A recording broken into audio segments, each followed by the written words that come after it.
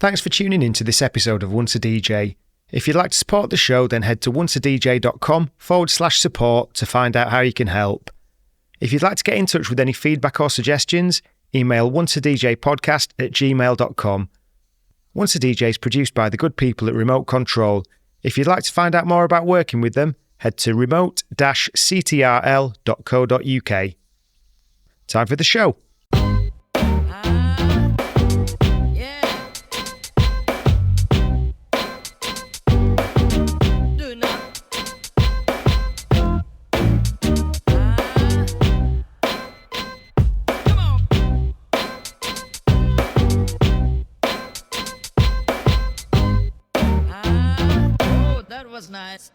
Okay, so I'm here today with sound engineer, radio producer and founder of Spiritland Listening Bar in London, Paul Noble, and I've just had a tour of Spiritland and I listened to the sound system and it's absolutely incredible. Thank you. We gave it a little blast, didn't we? Yeah, and thanks for inviting me and Once a DJ down to the podcast studio here. No problem. How are you doing today? Yeah, I'm all right. I'm okay. There's lots going on. We're opening another venue next year, and it's going to be another Spiritland bar, but there's a club in the basement. So there's just a million questions of fun stuff like design and sound system and lighting and room layout, and then lose aircon, EPOS data, much more boring stuff involved. I suppose with that, and we'll probably get into more of this as we talk, it's going to be a question of looking at, I think something that's interesting about you is it's your approach to the consumption of music, the relationship with it, the intimacy, everything about it. So I guess doing a club is going to be quite different. But let's go to the start and just look at your background really and see how you got to this point. Because you're from London, right? Yeah, I grew up in Wembley, North London.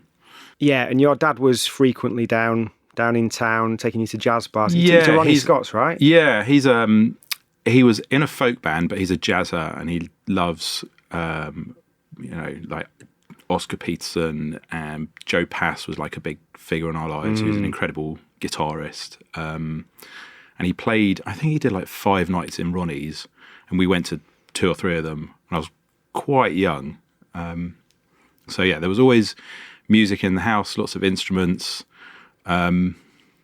He plays guitar and sax, and then me and my brother started playing guitar, and then I started playing piano. It was a bit kind of, grab an instrument and play it in the house. So were you guys all about improv, or was he like putting you through lessons? No, I did. I tried piano lessons. I was terrible. I couldn't. I failed everything. I couldn't get beyond grade 1.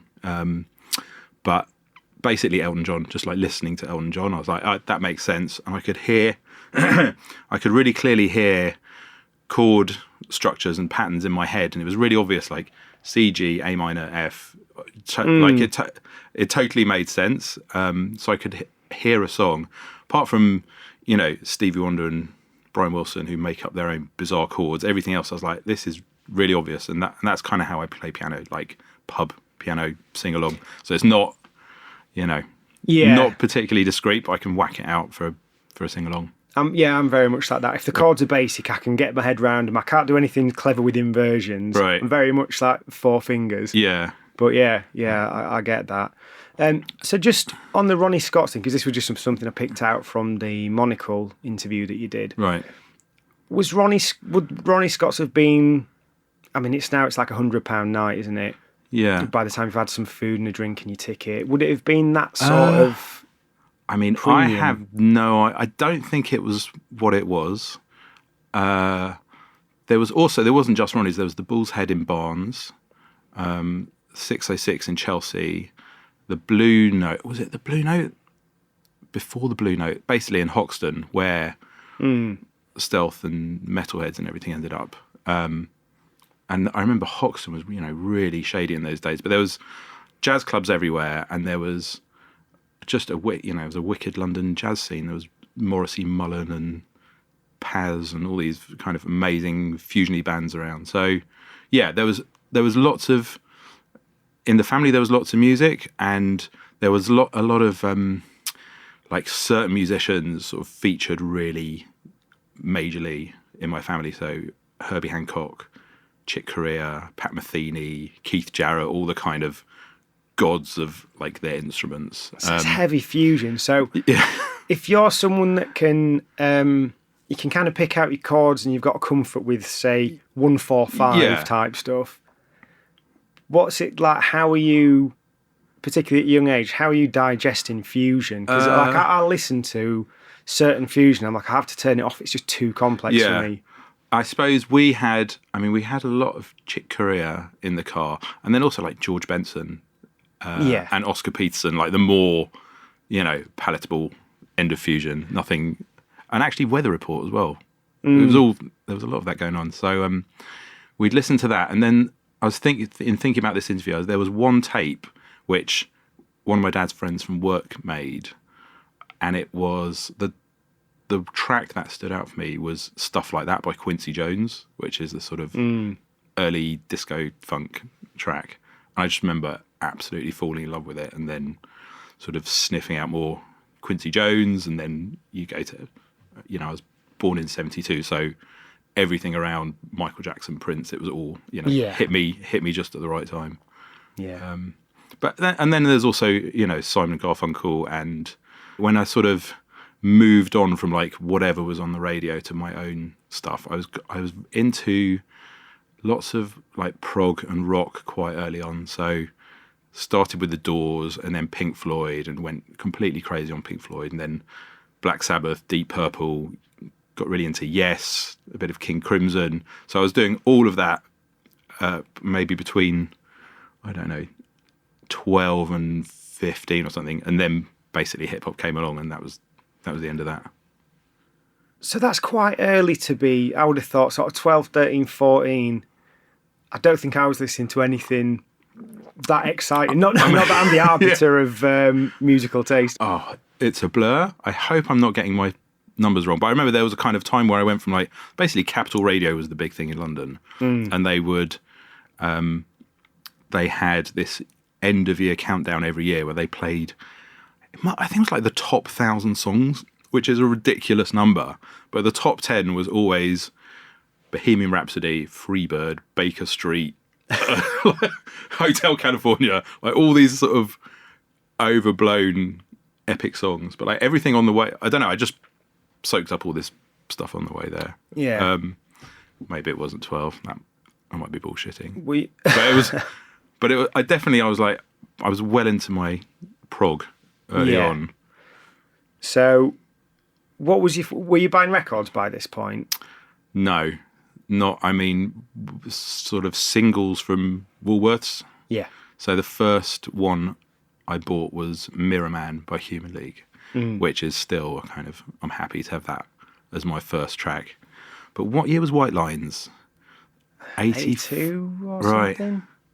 No, I think it was later. But I remember that coming out. I remember Beat Street.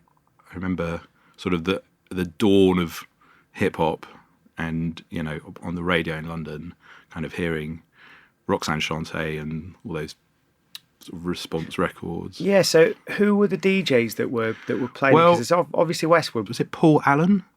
Yeah. On LBC. Definitely Westwood. And then at school, it was like, tapes started going around. So was it whenever it was the first Public Enemy record, and then NWA and Tribe Called Quest, and all having listened to a few of your shows, it's like everyone was on the same journey, and we all name check the same artists. Yeah, I think what's interesting is for a lot of people, it was a real boom in their schools, and then all of a sudden it vanished. But then some people just kept on with it. Yeah. I just remember there were, this is going forward to the sort of 15, 16, but the indie that was around just wasn't doing it for me at all. It was like Carter, Wonder Stuff, like the Smiths were the only band who I could really get into at that time. So was that pre or post Baggy? That's pre-Baggy. Right, because the Baggy kind of crosses over quite a bit with hip hop, doesn't it? Like everything seems to, like that little explosion in the late 80s. Yeah.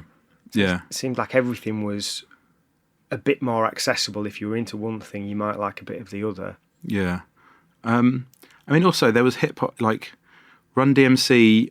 I was probably I kind of liked them, but I was too young to really engage with them. But they were just there. And now, like now I look back and kind of Run DMC in particular, like what they did and how they were so far ahead of everyone else, and so sort of their sound is so stripped back and raw. It's hard, isn't it? Yeah, it's like you can see where the Rick Rubin, why he got so excited by them. You can see the metal link. I don't know. So I just completely fell in love with hip hop and those artists. And when you're a kid, you're like trying to decipher Black American slang, and there's so much of it like what I know some words, some of it makes absolutely no sense, and you sort of slowly like unpick it and get your head around the language. So was it easy for you to get to events at that time? Were there many events going on in London? There were. I mean, what did I go to? I went to the Africa Centre for the Soul to Soul nights. That wasn't necessarily just hip hop. Was that Covent Garden? Yeah. Yeah, I think Jack Frost talks about them. Right. Because I think it was a lot of like the rare groove, Rare wasn't groove, it? yeah, and kind of acid jazz and lots of JBs and Maso and the Max. And did I go to any big hip hop I probably didn't. I guess it would have been, some of them were in like places like Brixton at the time, weren't they? Which I don't know if people went to Brixton from. I was just too scared. Yeah. The Dormouse from like Wembley going all the way down to Brixton. I mean, I did, eventually I did. But no, probably at the time when I was getting into hip hop. So there was that legendary Public Enemy Beastie Boys show, which DJ Food went to and photographed, and there's these great photos from it. We've got some here actually. It was more of a listening thing for me. I can't say I was participating. There was a group called Caveman from High Wycombe who I loved. I just thought that as a UK hip hop group who didn't sound, they had their own sound. And actually Stereo MCs, like the earliest Stereo MC stuff, I loved. Their first album's quite a classic, isn't it? But I think with Caveman, it's that jazz rap, isn't it? They were probably doing that in the UK before anyone else was. But and then, I don't know, man, I'll let you kind of lead with the questions, but I was always like looking at the DJs, and before anyone really knew what was going on, I was like, okay, so he's got 2 records, he's got a mixer, where's the music coming from? And so would this always be the DJ that's on with the group? Yeah. Because I think that was a thing in the mixtape documentary. Like Kid Capri talks about that. Like his reason for getting into mixtapes was he wanted to be a star in his own right, rather than the person that's backing up the rappers. Yeah. So was it at that point you thought, I want a bit of this? Well, I was always an equipment nerd. So, for example, like when Kiss FM started, I was recording all those shows and then picking out, I mean, this is later, but like Charles Peterson, Patrick Forge, Cold Cut, Manasseh. There's a guy called Paul Thomas who did a really good show. So I was always, I was recording stuff and then making my own compilations. Unlike the rest of the world, I wasn't making beat tapes on cassette. It seems like everyone did that before they got a sampler. But I was always kind of collecting equipment and plugging it up and tinkering around with it. And then probably in 92, 93, I bought a pair of decks in New York. I don't know why. I don't know. It felt sort of symbolic, but also it was cheap. It was just much cheaper because of the exchange rate. And then I did this bus journey on the Greyhound bus because I went to Boston and basically put the decks under the, in the hold under the bus. It was just had this really kind of paranoid bus journey where every time we stopped, like someone's going to nick them, or I'm going to. Were they in boxes? They're in boxes with Technics written on the side. God. I don't know. It's the kind of thing you do when you're young, when you're like, this is going to be really sensible. schlep a pair of decks across America and then bring them home. I guess part of it as well is it's part of your identity when you're young, isn't it? You think that this is what whatever age Paul does. Yeah, or also, I don't know, when you're into that music and then you go to New York and you hear just kids on the train, that's where the rhythm of hip hop comes from. You hear them just talking, pada, and it's like, it all comes together. So was it hip hop pilgrimage then? I mean, I did. Where's that record shop in Brooklyn? There's a Jay-Z video. I went to Rock and Soul. I went to a few places and I went to a few clubs. I mean, it wasn't really a pilgrimage. It was more of an eating pilgrimage than a hip hop pilgrimage. But I look back on it now. It's like, someone else would have got a tattoo, and I was like, no, I'm going to buy my decks in New York and lug them home, and and then got back, and I was like, right. So how do you do it? And then So when you first started DJing, was there anyone specific you were trying to emulate? There wasn't. I wanted to learn how to scratch and cut. I was okay. I'm not. Basically, if my left hand is on the crossfader, my right hand is on the record, I can do like a perfectly okay, really old school. Yeah. I can't juggle. I can't do anything tricky at all, but I can, jam around on top of a track. Yeah. But, very early on, I was like, I don't have the patience or the devotion. Like when I've seen people who got really good, and also in that time, it's like, well, where do you find out about it? All the videos were floating around. You're watching like Cuba or someone insane. Yeah. It's like watching it. It's like going for a jog in the park and then watching an athlete win a gold medal. So I think as well with it, there's diminishing returns with learning to scratch unless you're kind of elite level. Yeah. You're just someone who does this thing that a lot of people don't want to hear. No. Can you stop doing that on your music when you're playing out loud? Yeah. Out live, sorry. Yeah. No, I mean, I had some DMC videos and I watched it and it was great. And then I saw DJ Swamp, who kind of... Oh, yeah. It was funky, but it was also like a real performance, and he mixed it with some, set fire to his records and all sorts of drama. Yeah, there's the one where he's trying to cut his chest as well, isn't there? Is he? Right. He smashes I can't remember which is the US and which is the West, but he smashes his record up, tries to cut himself, but it just doesn't quite work. Yeah. No, I mean, I suppose that there's that end of it, and the style I liked was more like Jazzy Jeff, where it's just, it's really funky. It's in service of the dance floor. It's in service of the tracks. You can let the tracks play for a bit. 100%. It's really like in the pocket. Yeah. And it's just about the groove rather than, absolute fiddling around on the... It's gone the same way, I think, in that breaking is... It's going to be interesting to see the reception that gets in the Olympics. But some breakers dance to the music. Yeah. And some, it seems to me, to someone who's not really, really in it, are just pulling off their moves. I think with scratching it can be that. People aren't phrasing to the music. They're just, right, what's my biggest turbo? What's the most technical? Yeah. It's like, when you watch someone at the Olympics on the half pipe doing snowboarding, there's some who are they're just vibing and they're going with it, and there's some who are just, it's insane, they're trying to break a record, basically. But yeah, I don't know. I'll always have an interest in kind of DJs and scratching, but I mean, when it's got so technical, it kind of lost me for a while. Yeah, I think I watched yesterday Mike L. He's someone I want to get on here. He's a doctor as well as a DJ. Right. He was last year's All Vinyl World Champion. He came second in it this year. And I watched his set. It's really good and it's really technical.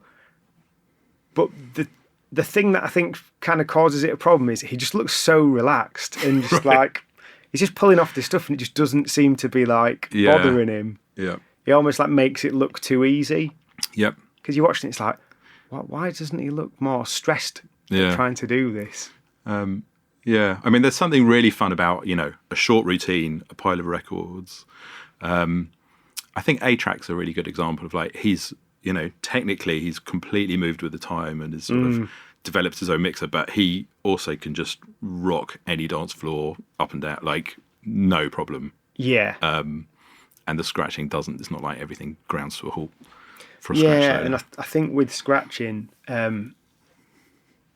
it became such a bedroom-based thing. I think that a lot of, not every turntablist, so say like a John First, for example, they've done the time in the clubs and they've done the time learning to battle. But I think everyone used to be battling in a way that would work in clubs. But now it's just it's this performance thing, and it just, you know, for some people it just doesn't quite resonate. Hey guys, I hope you're enjoying Once a DJ. I wanted to create a product for the listeners to be able to support the show, and for the guests as a token of gratitude for being on. So I've teamed up with Sure Shot Shop to create some Once a DJ 45 RPM adapter clamps. These are my weapon of choice as a 45 adapter, as they add stability and grip to aid you in any setup. These are available for £25 each plus flat fee postage from onceadj.bigcartel.com. And if you'd like to see the other models you can buy and also customise, check out sureshotshop.com. If you're an avid collector of timeless music on vinyl but don't have the budget to fork out for those pricey originals, then look no further than Be With Records. From library music to yacht rock, jazz, hip-hop, disco and beyond, Be With lovingly reissue some of the coolest classics. All of their records are carefully remastered and cut to the highest standards to make sure the pressings are of peak audio quality and do justice to the music being released. And something else to note is that they don't do limited runs to drive up resale and hype. If the demand is there, they'll repress, as the focus is the music, not the profit margin. They have flat rate shipping and free UK shipping on orders over £60. And if you head to bewithrecords.com and use the discount code ONCEADJ, all one word, you'll get 10% off your order. So head to bewithrecords.com and level up those crates today. But back to your story anyway. We're going off on a massive tangent here. Got strange.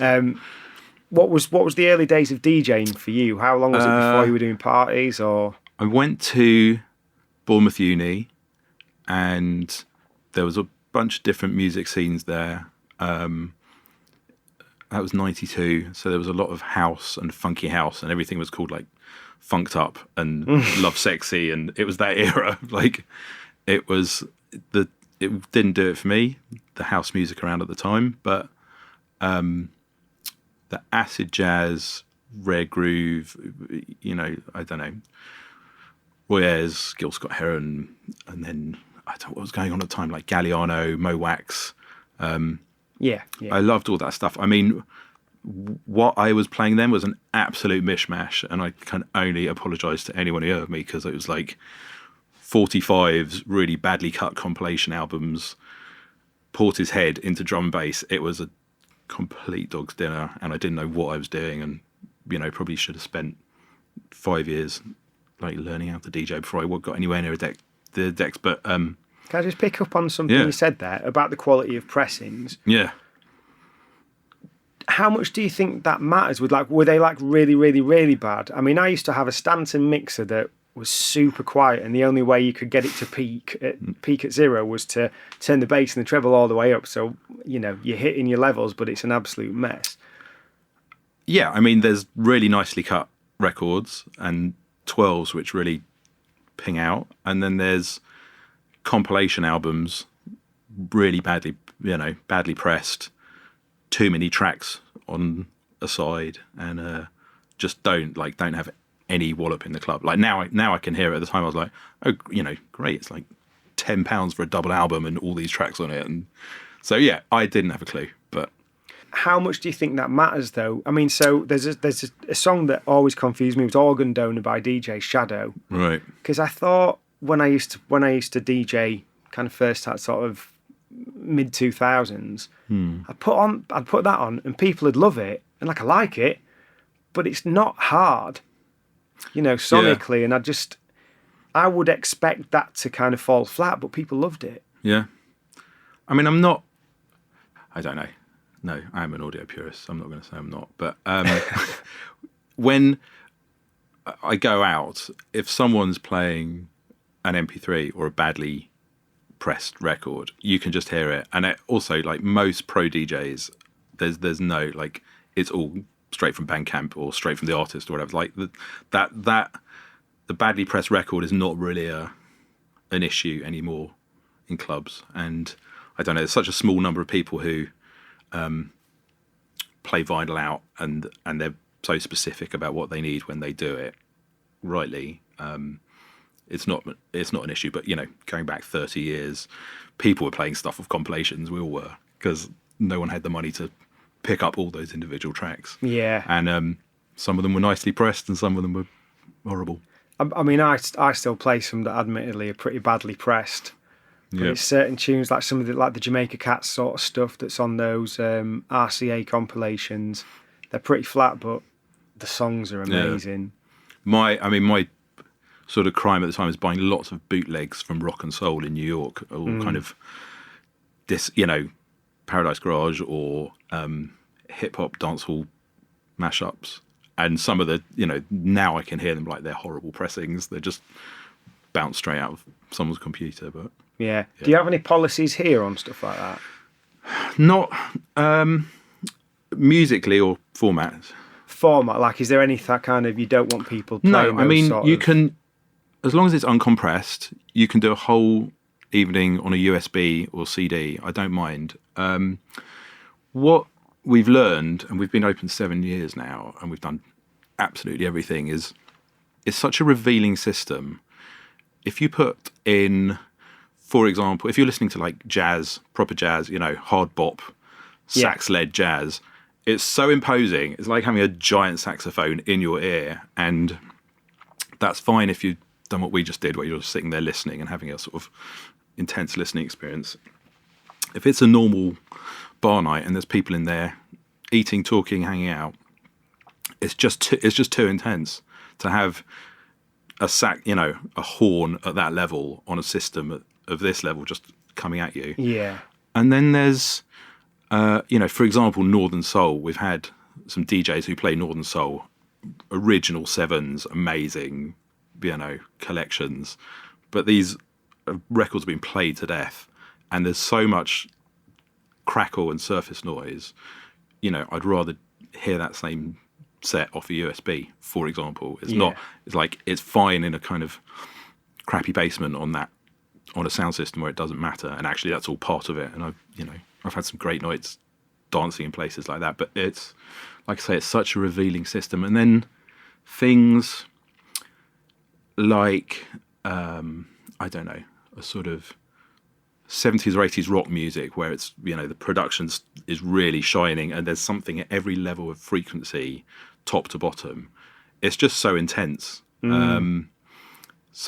when I'm DJing here, I'll play dub, I'll play deep house, I play all sorts of stuff. But there's stuff which really shows off the system, which has tons of low end and lots of stuff at the high end. But to have something ELO, like, the production it's a wall of sound, and it smacks you in the face, and it's just kind of, it's almost too intense. So, we book DJs and just let them do what they want. I don't like to be prescriptive about what they play, how they play it. It's not a club, so there's no point in playing a whole evening of, house or techno. People have done that, and sometimes it works, but it's not, you're not trying to get anyone going. There's 70 seats in here, and it's always a kind of seated table service experience. So just going back to your uni days then, it was TV you started off studying? Yeah, right? I did media production, and I think like every single person on the course basically wanted to be Quentin Tarantino. It was kind of like, we're all going to be the director, and we're all going to change the world of film. And then very, very quickly, you're like, it cost, to do anything in film costs a fortune. You need it's just so difficult to pull off anything in film. But there was a radio course, and there was a studios there, and I always thought like, well, that's my hobby, is like tinkering around with audio. It was even digital editing, so it was all on reel to reel. I got into radio drama, wrote plays, produced them, worked with composers, sort of sound effects, worked with actors. It was lovely. This was all on the uni course? Yeah, Amazing. yeah. There was a documentary course, and there was a drama course, and I went for drama. And I really got into it, and I just thought, okay, there's a whole new area of experimental radio drama. to happen, because the only place you'll hear radio drama is on Radio 4, and it's very, there's a Radio 4 drama sound, which is, oh, hello, I didn't see you there. Oh, come in. Oh, what have you carried? Like, like the lack of images is an obstacle rather than let's do some crazy sci-fi, whatever. So that was, for a while, I was like, okay, I'm going to get out there and reinvent radio drama. And then I ended up at the BBC and started working there and doing radio dramas. And I was just like, it's not going to happen. I'm trying to like turn an entire tanker around. Yeah. So there was it about 5 or 6 people on your, would you call it an inlet? Yeah, an intake. So we did a sound engineering course, and it was a really long kind of trainee period where you learn about sort of signal flow, about mixing and EQ and compression, editing, how to edit naturally, not to chop off the breath, plosives, sort of speech editing, and then mixing music and music to speech ratios and all of that. So, the first kind of 10 years of life after university was like deep in radio, BBC Radio World, and every kind of broadcasting, well, BBC, like Radio 4, Radio 5, live, those big Saturday shows of like Live from the Grounds, There's Been a Goal at wherever, and proms on Radio 3, World Service, Africa and Middle East section. So I was always in a studio, I was always in front of a desk. Yeah, I loved it. So in terms of doing like the tape editing and things like that sounds really intense. Did everyone who started the course, or did a high percentage complete it, or? Yeah, we all completed. I mean, some people moved into production. Some people, like sport and news are the sort of real high energy radio, like it's high pressure. The show's going out at the top of the hour. You've got to get your package finished before then. And I always knew I wanted to be in music. I was there, but I kind of had my nose pressed up against the glass of Radio 1 and Radio 2, which was sort of where I wanted to be. But yeah, I did loads of speech radio, and a lot of editing on 1/4 inch with like a white pencil. It's so funny now because it's so simple to do it digitally. Yeah. But yeah, there was an early system called Sadie, which I think was developed for film, which was like Pro Tools wasn't even around at that point.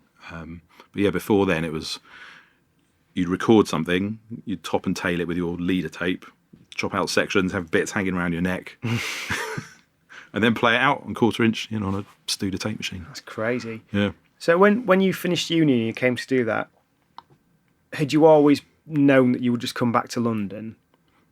Yeah. I wasn't sort of, I don't know. I was eyeing up the States, but I had no idea how I was going to do anything there.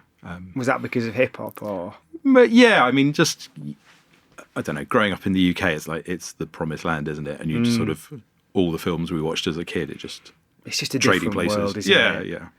I think not being based in London, you come to London and there's a certain energy, but then you go to New York and it's almost like that kind of multiplied. Yeah. So when you came back to London, had you kept DJing in Bournemouth, or did you kind of knock it on the head? There was lots of kind of DJing in the house, and I was in a house of music nuts, and we were all getting deep into kind of ambient and chill out and sort of experimental electronic stuff. Who were we listening to at that time? Lots of Cypress Hill, lots of like Mixmaster Morris, Zion Train, sort of experimental electronic stuff. But I was never like looking to put it together as a DJ set. We were all kind of tinkering around, and then someone bought a sampler, and I bought a W30 Roland keyboard, basically because I'd heard that Liam from The Prodigy had done the entire first Prodigy album, and I was like, right, oh, there you go. That's, how hard can that be? It was such a horrible keyboard. It's so difficult to program. Should have bought an MPC, but... Yeah, if you thought it was easy to become The Prodigy. Yeah, exactly. That's, the confidence of youth. And yeah, I don't know. There was always tinkering around with equipment and someone definitely had an 808 in our scene. But yeah, it was only really when I was back in London when I sort of started getting really deeply into what was going on currently. Actually, like Mo Wax and all, everything that James Lavelle was doing. And, well, yeah, I mean, so first of all, the Blue Note was incredible at that time. The Ninja Tune nights were amazing. There was a club in Brighton. Don't want to get my years mixed up, but it was a kind of trip-hop, hip-hop night. Yeah, it was a really fertile time for kind of beat-led music, which wasn't house or techno. I mean, there was obviously a whole world of house or techno going on at the time, which I wasn't tuned into, and I've sort of since discovered loads of great artists from that time. But Cold Cut they were my leaders. Everything that started on their radio show, and they were a real musical education for me with experimental electronic stuff, hip hop, go-go, funk. I can remember hearing certain tracks on there and then digging out the artist or the label. Yeah, because go-go was a really interesting one, because that seems to have had a big influence as for a regional music. Yeah, it's mad how it's kind of, you don't hear about it. You don't really hear anyone talking about it. But there was a time where there was like acid jazz, hip hop, go-go. And everyone was talking about Trouble Funk. They were playing here. Chuck Brown, Junkyard Band was all it was just kind of around alongside hip hop. Yeah. And then you go to a go-go show and it's just not, it's like a DJ set. The drummer doesn't stop. It just keeps going. It's, it's one song. It's all kind of at the same tempo. It's all about the drums and the percussion, and then just... It tends to all be the same sort of swing as well, doesn't it? Yeah. Every so often, it sort of pops up in an artist's work. Someone will just for one track or one bit, will just suddenly take it to DC for a few bars. I don't know. It's still around, but it's just... Yeah, there was... I think it was a production team, Wale... Right. Did a tune that was really go-go influenced. Okay. Yeah, it samples Love Hangover by Diana Ross. Okay. But then has all the go-go percussion on. It's wicked. Michelle, I never know how to pronounce her surname, Cello, is big into it, and there's moments on sort of all her albums where she'll suddenly have a go-go moment. I think maybe the go-go revival is overdue. It could be. I mean, it's interesting how, because some of these scenes were, like the big beat, broken beat, trip hop, they were so big for a time, and then they kind of stayed there. But then acid jazz seems to have had a renaissance now after 25 years in the wilderness. Yeah, it all just comes around, doesn't it? Yeah, same as with fashion. So how was DJing for you then when you were back in London? So I was going to a club called Megatripolis, which was at Heaven, which was in the main room. It was quite banging trance and techno, but in the side rooms there were, or in the second room, it was just really eclectic. Certainly I saw Giles there a couple of times. I ended up DJing there a few times with my friend Dave, who's my kind of he was like my musical partner in crime, and we were playing just weird stuff, weird electronic. I'm sure we took a delay unit with us and started playing slowed down versions of the Bee Gees or whatever we were doing, just trying to freak people out. But I very clearly remember hearing Sound of the Police there for the first time, right, at in a back room at Heaven, and just thinking, this is the ultimate hip hop tune. I've never heard anything this tough, and hit KRS-One, his voice, his performance, what he was saying, the track, I was like, I'm done. This is it. There's nowhere further to go from here. And I think as well with that tune, what an amazing hook. Yeah. You get some really, really, really talented rappers that just don't do hooks. Yeah, it's wordplay. Yeah, but yeah, it's amazing. Yeah, it's incredible. But to cut to the chase about my DJing, I was I didn't DJ in clubs that much. I started doing bars, private events, friends' parties. So I was always DJing. My name wasn't on a flyer, and no one was paying to come and see me. And also, I could do a disco set I could do a sort of, guilty pleasures pop set. I could do a hip hop set. There was lots of like London bars where I was just playing funk and jazz and hip hop. Yeah. And a bit of dancehall. Were you kind of observing and thinking about how people are consuming the music and how the music almost occupies the space? Yeah, I don't know. I just felt like the pro level DJs were just in sort of such another territory. I was like, I wasn't looking to get there.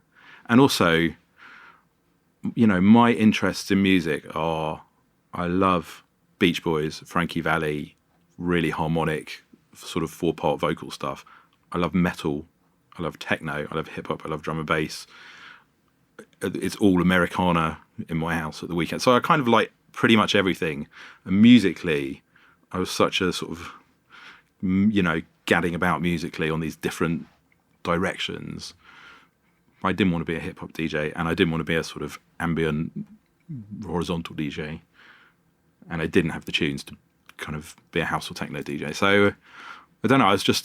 I was eclectic, but like without any real any direction, and I was just kind of happy for other people to specialize. Because it's like, even although you're in so many different genres, it's not quite being an open format DJ either, is it? Because you're deep into this and this. Yeah, but I can, I could sort of play to a brief and dig into bits of my collection, and doing bars where it was like I'd have 2 bags of records. Everything was kind of, you could dance to it. It was all funky, and then I'd have, a few random 7-inch weird pop tracks which I'd throw in. Yeah. But yeah, I mean the DJ who blew me away, and I still just think is incredible, is Mr. Scruff, who takes that sort of Room 2 funk and soul, that sound, but does it. It's so polished, and he does it in a main room style with, his whole universe of visuals and, his approach around it. And also before anyone was kind of talking about audiophile sound systems, or he was doing that. I remember him at the Big Chill Festival where he had his own tent, and he'd get there, days before anyone else with his spirit level, with his protractor, setting up the decks, and his approach to sound was always so rigorous. There's an amazing video of it. It's from O2 in Bristol, I think, where he's just going through his setup with his noise insulating wall and his concrete slabs and stuff like that. Yeah, he just takes it really seriously. Whereas part of being a DJ is just being a sort of winging it, and it's annoying enough having to take your decks, let alone a load of concrete. Yeah, let alone a spirit level. Yeah. But also, sorry, to finish that thought, like musically as well, he could bounce around 20 different genres.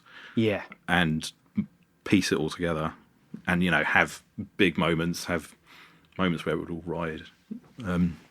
Always impressed me. Very nice guy by all accounts as well. Lovely guy. So this would be, we'll get into the sort of late 90s, around 2000, when you left BBC, didn't you, and started kind of a brand radio consultancy. Yeah. Sort of. Well, I started an internet radio station called Space FM in 2000, and I wanted to move into production at the BBC, but it was just, things were very slow moving there. I was just impatient. So I left, and with some friends, we found a space in East London, in Shoreditch, in the Truman Brewery, built a radio studio, and basically started broadcasting. And it was a kind of classic year 2000.com kind of disaster, where we had loads of enthusiasm, loads of good intentions. We were ahead of our time, but not in a good way, in that no one had broadband, so no one could listen to us. Right. So we were broadcasting away, but people listening to the shows were kind of in Silicon Valley, where they had capacity to listen to this thing. And there was another station as well at the same time called Ammo City, who were a lot better funded than us. But anyway, it was it was kind of like the first internet gold rush, where everyone was like, wow, you can download stuff on LimeWire, and you can order a pizza on, like, I don't know. Everyone was getting their heads around the internet. It was so early. But we had a studio. We ended up doing lots of breakbeat. Rennie Pilgrim had a show at the time. Oh, right. And then that led to shows with like the Plump DJs and Botch It and Scarpa, and that was kind of what was going on there. There was a Big Chill show on it for a while. There was lots of house. We shared a studio with the guys from Sancho Panza. Sancho Panza, I don't know if you know them.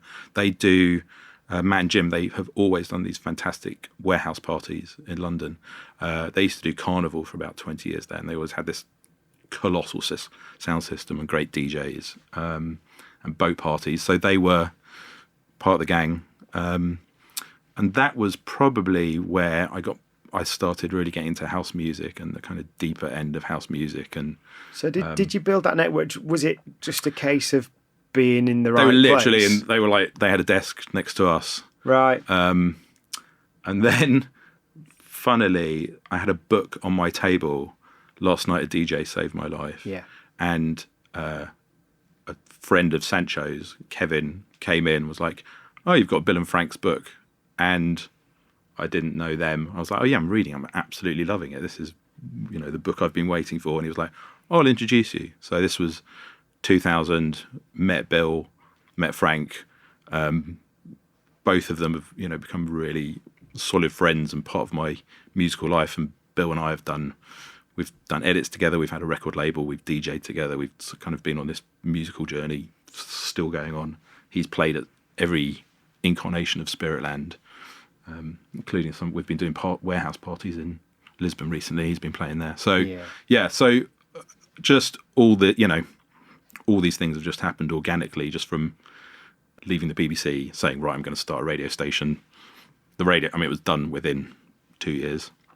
What was the brand partnership sort of stuff that you did then? Because you worked with, was it Diesel and... Yeah, that was a bit later. So I did, I had a company called Pop-Up Radio, and basically I will come and sort out your radio problems, because I technically could build a studio and operate it and get it sounding good and get it on air, but also musically could do music supervision. So any brands who wanted to do anything in the world of broadcast, I could help out with. So Diesel originally there was Diesel U Music. The Prize, I think Milo came through that.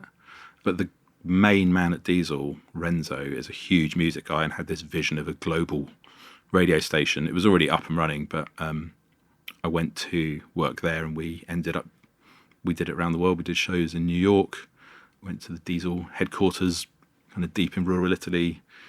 We sort of took it around everywhere, and it was great, really good fun. Yeah. Hey guys, I hope you're enjoying Once a DJ. I wanted to create a product for the listeners to be able to support the show, and for the guests as a token of gratitude for being on. So I've teamed up with Sure Shot Shop to create some Once a DJ 45 RPM adapter clamps.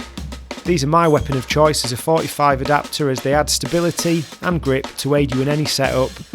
These are available for £25 each plus flat fee postage from onceadj.bigcartel.com. And if you'd like to see the other models you can buy and also customise, check out sureshotshop.com. If you're an avid collector of timeless music on vinyl but don't have the budget to fork out for those pricey originals, then look no further than Be With Records. From library music to yacht rock, jazz, hip-hop, disco and beyond, Be With lovingly reissue some of the coolest classics. All of their records are carefully remastered and cut to the highest standards to make sure the pressings are of peak audio quality and do justice to the music being released. And something else to note is that they don't do limited runs to drive up resale and hype. If the demand is there, they'll repress, as the focus is the music, not the profit margin. They have flat rate shipping and free UK shipping on orders over £60. And if you head to bewithrecords.com and use the discount code ONCEADJ, all one word, you'll get 10% off your order. So head to bewithrecords.com and level up those crates today. And then in the Monocle interview, you mentioned that you were working with The Guardian on some of the podcasts early.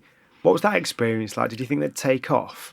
Yeah, I mean, I then started, I was basically like radio, just sort of a radio Swiss Army knife. So I was doing editing for the BBC. I was working on documentaries for some of the independent companies who service the BBC. Something else was the big one. I was doing a bit of live music production for One Extra. So, went out to Jamaica and did some festivals, went to Sizzler's place, ended up in some really kind of mad scenarios. But then the next week I'd be doing like music supervision for McDonald's or De Beers or what. So it was a bit of everything. And then podcasts were starting to happen. I started working on the Guardian's film podcast. So that was every week interviewing filmmakers and actors. I wasn't the presenter, Jason was, and putting that together and delivering that as a show. So it was all sort of bimbling around radio and music, but not with one focus, just freelance life. Whatever comes up, you say yes to it, you then work out how you're going to do it. Yeah. And it might be a really nice client like iTunes or Coke, or it could be there's no money, you just have to turn up and multi-track something and mix it, for tuppence. And then I got a call or an email from Luke Turner, who now is one of the founders of The Quietus and an author. And he said, Monocle are opening a radio station, The Magazine, and it's a sort of very high-end, globally minded, international affairs, design, diplomacy, aviation. It's not niche, but it has a very specific worldview. And I love the magazine. And I'd love to sort of, they're moving into radio. What does that mean? They had a podcast which went out every week. I went to the offices to meet the editor, and he said, we're launching a music and news radio station, and we're going to do 6 hours of live news a day, which is a huge amount. It's more than the BBC. And, wow.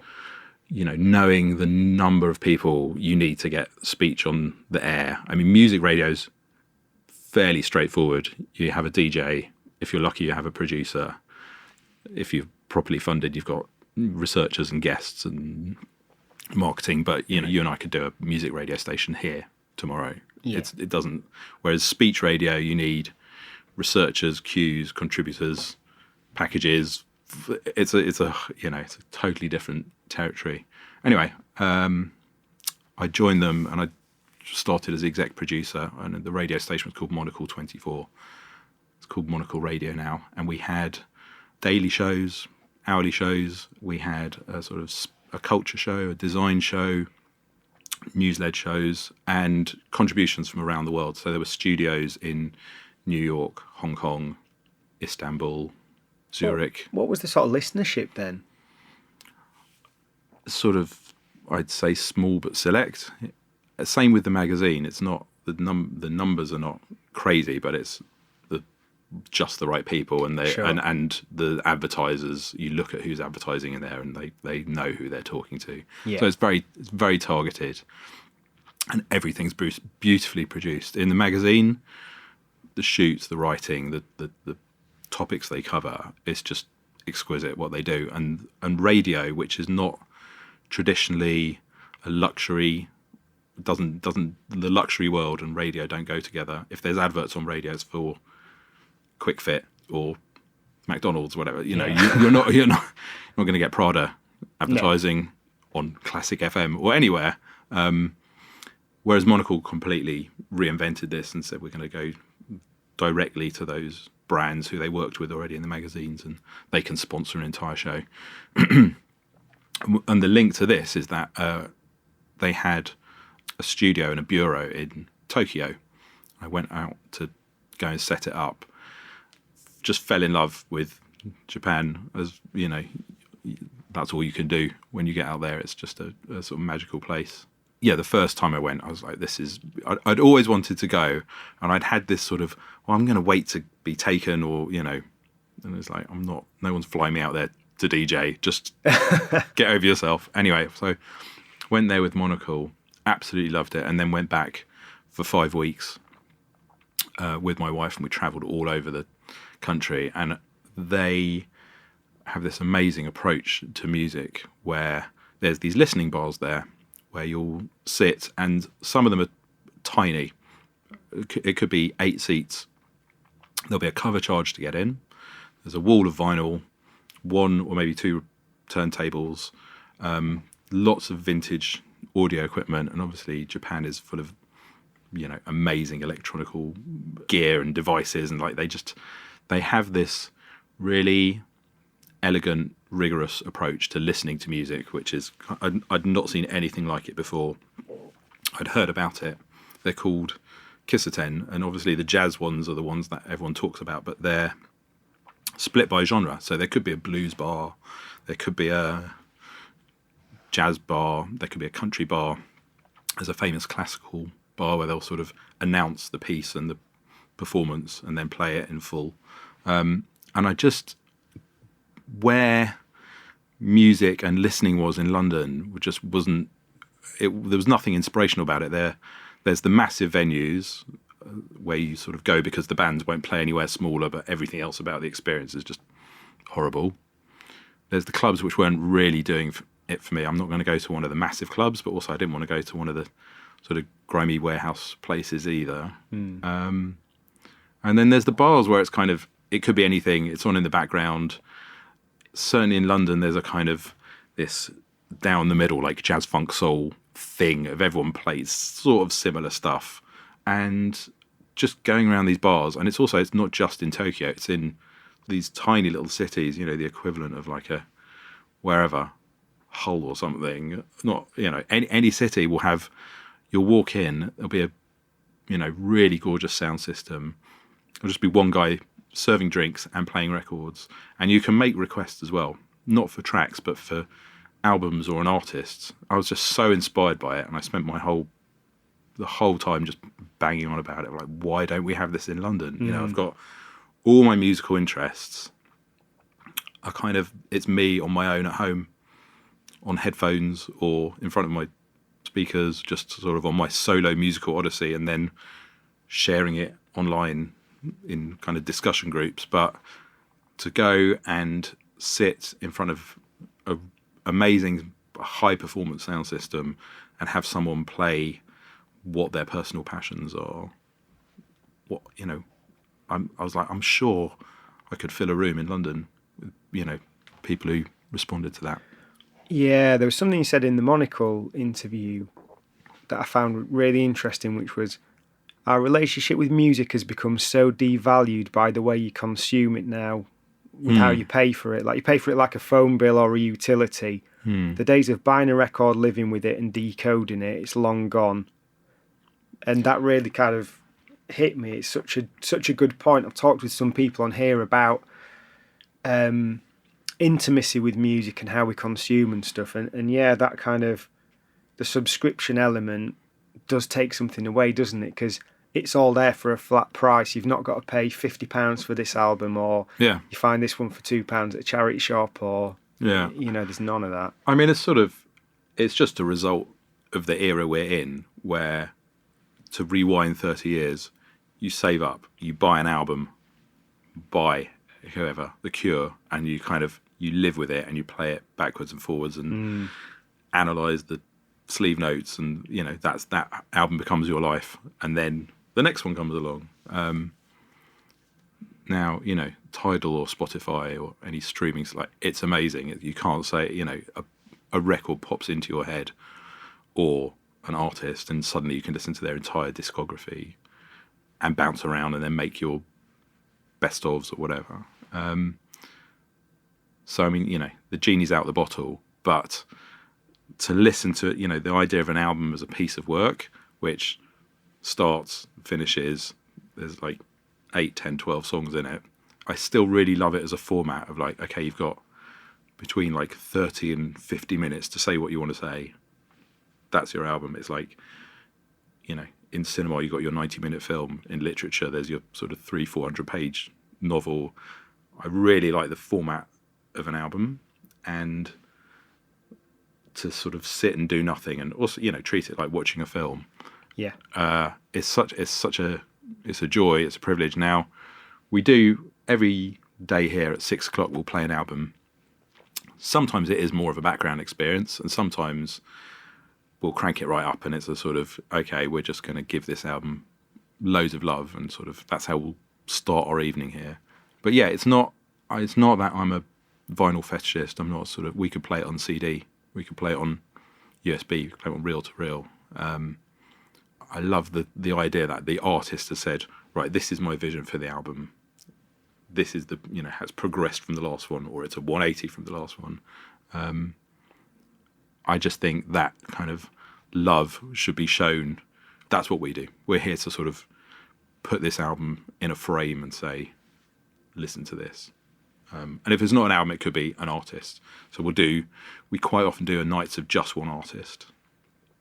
We've done all the sort of ones you might imagine, Prince, Bowie, Beatles, but we've also done Kraftwerk, New Order, Prefab Sprout. We just did a massive Lewis Taylor night, which came at the end of a Lewis Taylor week, because I'm obsessed with Lewis Taylor and what his music, and he's just released an acoustic album. He's re-released all his old albums on Be With Records. He'd released a new album, so we're like, okay, let's he's our guy. Let's just go all out on Lewis Taylor. And then for example, when Blur played Wembley, suddenly we're just in a world of Blur, ditto Pulp. So we've got time and space, because there's no dance floor here. You can say, right, we're going to program a week of Pulp albums. Just to wind back then, when you came back from Japan, I mean, we're sitting in Spiritland King's Cross now, but this wasn't the first iteration, was it? Like, how do you have this sort of concept for something with this level of equipment? How do you test the waters and have a proof of concept, or how do you find, how do you get into all that side of starting something like this? So I'd been sort of, as well as, on my musical journey, I've been on this like audio upgrade path where I started off with like richer sounds gear, and then I was like, I'm going to get a CD player from Lin or Arcam or whatever. And just tinkering around, upgrading bits and bobs. I had some quad ESLs, which are these sort of big radiator speakers. And then I was playing around with DACs, and I ended up at a hi-fi show in Munich called High End, which is room after room of the most insane sound systems, 10 grand for a lead. It's just completely bonkers. I was there really just to kind of go and hear it. I wasn't looking to buy anything. And then I went to a room called Living Voice, or the company is called Living Voice. Yeah. And that's run by a guy called Kevin Scott, based in Long Eaton near Nottingham. And he makes really insanely high-end speakers and then pairs them with similarly high-end sources and amplifiers and cabling, and just their whole approach is sort of no compromise. And I heard these speakers, I was like, it was totally revelatory. It was insane performance, detail. I talk about it's like a time machine. When you hear, and often at these shows, you hear the kind of same, there's certain tracks which you just hear the whole time because people want to show off their system, and there's certain reference tracks. But he was playing like big band from the 50s. It's like a time machine. There's the horns, there's the tambourine. It's so immersive. It just took my head off. Now he also makes kind of real world speaker. He makes some of his speakers are enormous, colossally expensive, beautifully made. The people who buy them are sort of will own football clubs and yachts and airlines, whatever. But he also makes real world floor standers for people like you and me. So I started going to his demo room and then buying equipment off him. So he advised me on, amps and cabling, and put together a sound system in my house, which just sounded lovely. And then after Japan, I said, I've got this idea called Spiritland. It's a listening bar. It's not a club, but there's DJs playing every night, and would you want to be part of it? He was like, yeah, sounds great. I'd love to do it. We'll build a pair of speakers. Now, the speakers which you can see out here are very 70s. They're very inspired by Japanese design. They're quite, they do look, they've got this array of 3 tweeters and mid-range horns. They look pretty esoteric and funky, but nothing compared to the sort of speakers he makes for some of his clients. But yeah, that was so. Initially, to rewind, at Munich, I went to Tannoy because I always liked tannoys, and said, "I'm opening this pop-up in a restaurant in Shoreditch." The restaurant was called Merchant's Tavern, and Angela Hartnett was the head chef there, along with her husband Neil. And it was a really gorgeous room, which had a bar at the front and a restaurant at the back, right in the middle of Shoreditch. But it was, people were like having a cocktail and then going through for dinner, like you would at a hotel or something. It wasn't part of the Shoreditch bar scene, but like everywhere around it, there was all this stuff going on. And I met the guys who'd founded it with Angela, and just said, "I've got this idea called Spiritland. It's DJs, but they're not mixing, they're not playing a night of house. It's a listening experience, and should we road test it in the bar?" It all happened really quickly. I think I was back from Japan in April, and we opened in October. Oh wow! So it was a really quick one. Tannoy loaned us a pair of speakers. Kevin at Living Voice loaned us a pair of Canary amps. We used a Bozak mixer, which had been upgraded by Isono. We had a pair of upgraded Technics with a sort of 12-inch tone arm on them. So we had some really nice gear. There were CD players there, but not CDJs. They were kind of just quite discreet rack-mounted Sony ones. The mixer wasn't between the decks. It was off to the side. So just sort of lots of cues of like, it's not a club, it's a listening room. And it was supposed to just be a 3-month pop-up. It ended up going for 2 years.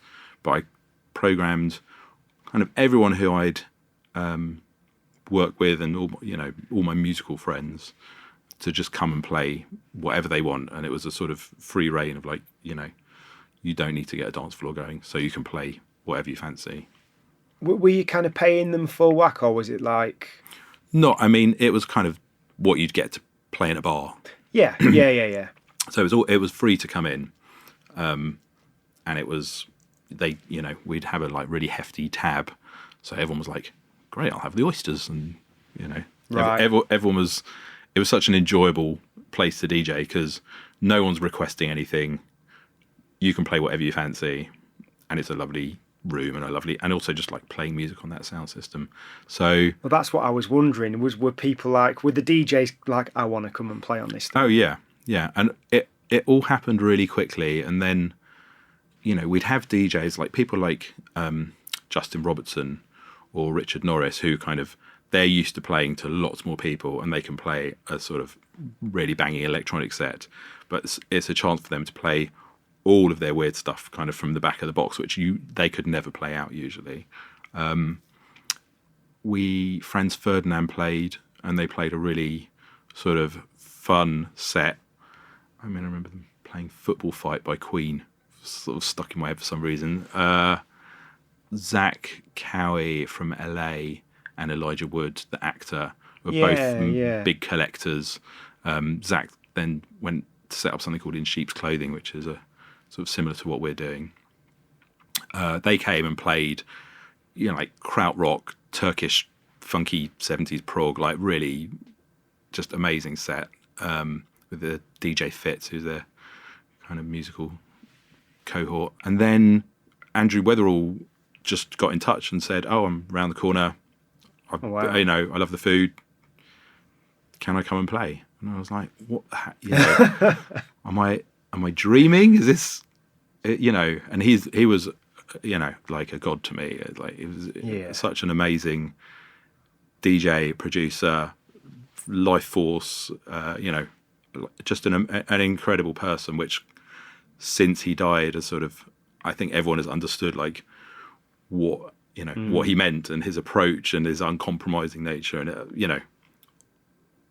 it was there, but we never quite saw it because he was around and about. And then anyway, so he played an evening of rockabilly and some dub, and it was just really funny because there were people in there who were like massive Weatherall fans, and then there were people in there who just popped in for a drink on the way home. Yeah, couldn't get into the bar around the corner, and they're like, "Oh, he's all right." So it was just amazing kind of time and the press, we got some really lovely press on it very early on, where they just understood that we were doing something different.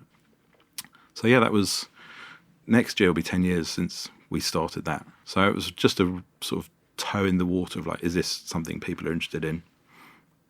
And then we started getting approached to do album launches, but from artists who needed the sort of, like a high security album launch where you can't have any recordings, no videos.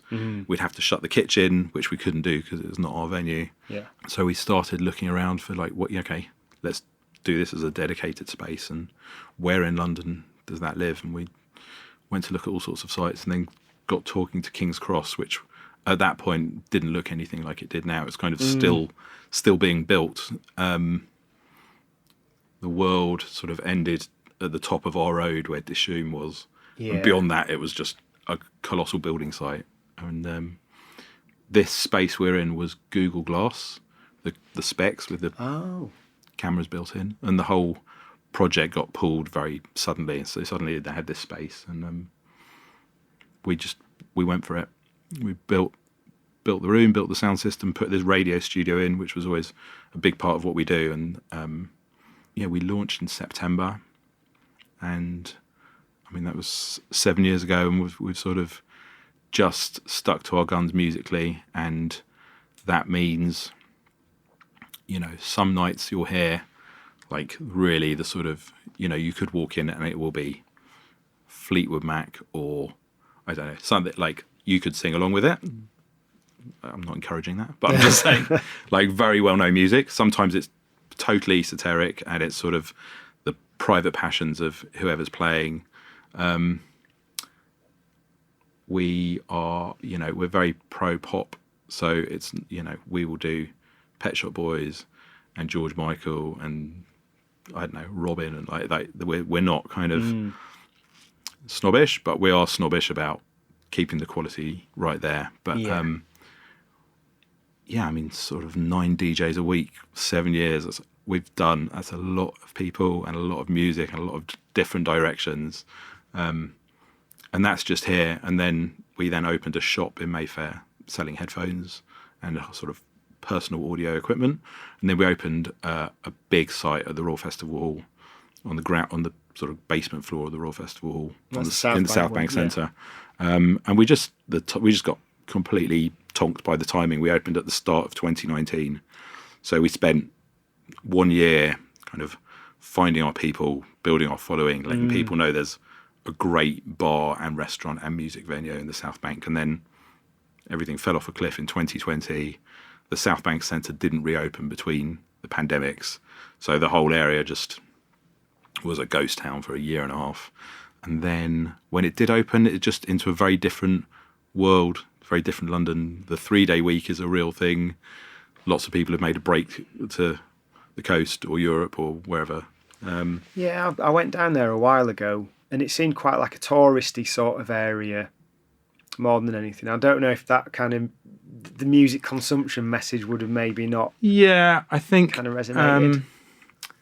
Where we are in King's Cross, there's loads of creatives, there's loads of agencies, there's loads of music industry and film and arts. And at the South Bank, you're next to the London Eye, you're next to the Aquarium. Every other restaurant there is a chain. We were trying to do something really distinctive, and we did. And who knows? In another reality, it would have worked, but the day-to-day, it just wasn't working. So we did lots of parties there. So we put in a sound system, very different one to this. It was a Living Voice system, but there was also a D&B German brand PA system in the ceiling. So we did lots of club nights there.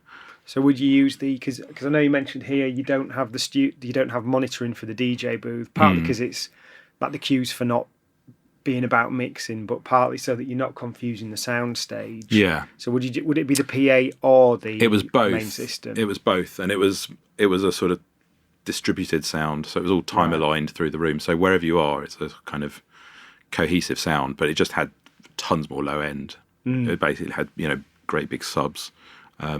It was loud. It wasn't like a pulverizing club sound. It was still kind of pleasant, but it wasn't that like body moving Yeah. Ministry plastic people experience. But we really punched above our weight with our DJs and our programming. And initially it was very much like, let's have the odd party here, and we did it monthly, and it was all friends and family. So Patrick Forge did the first one, then Bill Brewster, then Sancho Panza, and then sort of just like people I've been mentioning, like people from our musical universe. And then we got talking to Quantic's agent, who said, oh, he'd quite like to come and play. Love Quantic. Okay, so he played, and then we just we started doing them more and more, and then after the pandemic, we reopened and we just went all out. We were just like, we're just going to do this every Friday night, and we had Danny Crivet, Francois K, Fabien Groove Rider, Laurent Garnier, Sasha, and then like Jane Fitz, Love Fingers, Heidi Lorden, DJ Crust. I mean, it's just top names, great names. And then, you know, people who we love: John Gomez, Mafalda, Colleen Cosmo Murphy, Arup Roy played there a bunch of times. Jarvis Cock and Alexis Taylor played together several times at the opening and at the closing party. So yeah, we just kind of we just absolutely went for it there. And you know, I feel like the dance floor side of what we do is sort of yet to be fully explored, because that space was a restaurant which turned into a club. So it meant every time we did that, let's take all the tables and chairs out. And it was nice. And we had, you know, I did the door at all of them with Sophie, my business partner. The security were really friendly. It was like a real old school kind of house party, rather than, you know, we're not scanning your ticket or anything like that. And you also, for me, it was like, I got to meet everyone. I got to meet all the you know, our guests and people coming through, and it was like a lovely social experience. But yeah, it ran its course. We couldn't keep it going any longer. We closed it at the beginning of the year, which was a sort of a tough one, and also a massive relief to sort of, you know, say goodbye. So what's next for Spiritland? We are opening another bar in London, and it's going to be another Spiritland cocktail bar. It's going to be a little bit more along the Japanese model of, we're going to put a massive record and CD collection in there. So we've been accumulating records here just in the time we've been going, and also my record collection at home, which is sort of just sits there unloved, is all going to go in there, as well as a big CD collection. So you'll be able to come, we'll give you the black book, you request a record or a couple of records, and our team will play them. And then in the basement, we're going to do a dedicated club space, and it's about 200 capacity, and it's basically so we can carry on where we left off at Royal Festival Hall, probably more along the lines of residents than guests. And all the clubs, in my sort of, with my like disco historian nerd hat on, like all the clubs I've been really interested in, it's all been about the residents who play the whole time, week in, week out, and can really refine their sound, and, you know, anthems are built, and that's where a lot of the interesting stuff happens, because it's fairly straightforward, you know, to book a guest, you pay the money, you deal with the agent, they come, you sell the tickets, and the room's full. But actually to have people on their way up who are sort of defining their sound and looking to do something just unique, that's really interesting to me. And we've had it, I mean, they're not our residents, but we had certain people who played, you know, multiple times at Royal Festival Hall. Luke Una, Maurice Fulton, Jane Fitz played a bunch of times. Like that, you know, giving them the whole night to do their thing, letting them play, you know, start to finish is just a magical thing. And it's, I don't know, I feel like London's kind of missing a dance floor at the moment, a smallish one. So that's what we're going to do. There will be house, disco, Balearic, you know, the beat-led stuff of what we do, but also some indie and some more left field and some more, northern soul. And it's not just going to be a club. It's, I think about it as a discotheque. Yeah. The sound and the room treatment, and that's all kind of what we're working on at the moment. But again, the drinks will be nice, the seating will be nice. It'll be a lovely experience. And what's been so satisfying about what we've done at this whole project is like there is a community that has built up around what we're doing, and it's kind of, there's music lovers, but there's also just cultural fiends who've come from different areas of the arts and just different worlds of creativity, and we've sort of given everyone somewhere to just come and play, come and do their thing. Yeah, I think promotion is a really hard thing, because you're trying to get an existing community to go from where they currently are to where you want them to be, which is your thing.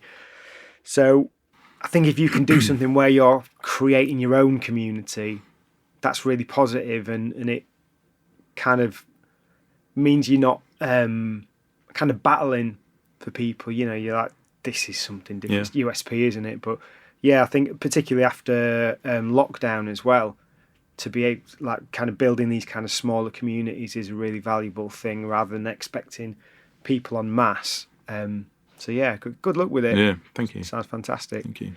Thank you very much for your time today. Thanks very much for your time today, Paul, and good luck with everything. Cheers, Adam. Take care.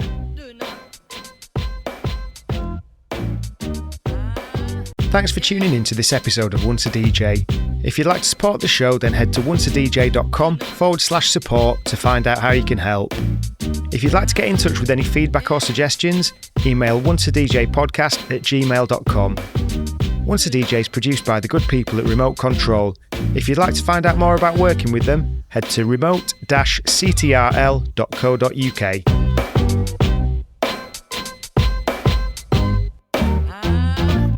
That was nice.